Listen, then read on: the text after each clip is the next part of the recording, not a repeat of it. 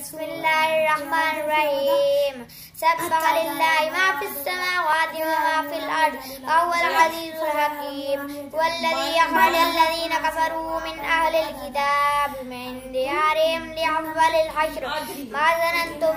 أن يخرجوا وظنوا أنهم مانعتهم حصونهم من الله فأتاهم الله من حيث لم يحتسبوا فقذف في قلوبهم الرعب يخربون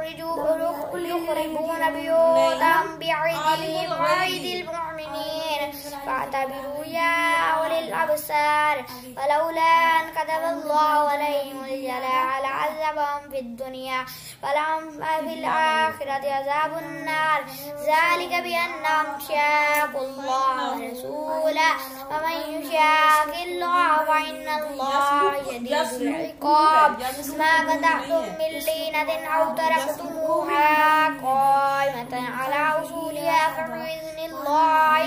وليخزي الفاسقين وما أفاء الله على رسوله من أهل القرى فما أوجفتم عليه من خيل ولا ركاب ولكن الله يسلط رسله على من يشاء من يشاء والله على كل شيء قدير ما أفاء الله على رسوله من أهل القرى ولله وللرسول ولذي القربى